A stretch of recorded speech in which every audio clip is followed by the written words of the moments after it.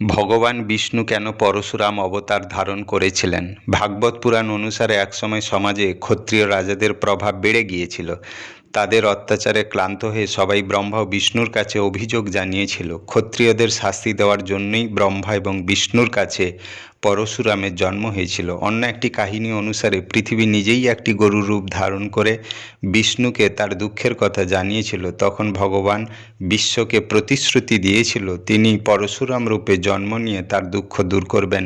মহর্ষি যমদগ্নি ও রেণুকার সন্তান পরশুরাম ছোটবেলা থেকেই অস্ত্র শিক্ষায় পারদর্শী ছিলেন। তিনি মহাদেবের কাছ থেকে কুঠার পেয়ে পরশুরাম হয়ে উঠেছিল।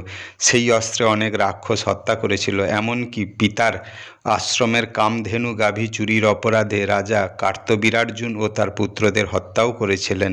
কিন্তু পরশুরামকে মাতৃহত্যার পাপে জর্জরিতও হতে হয়েছিল।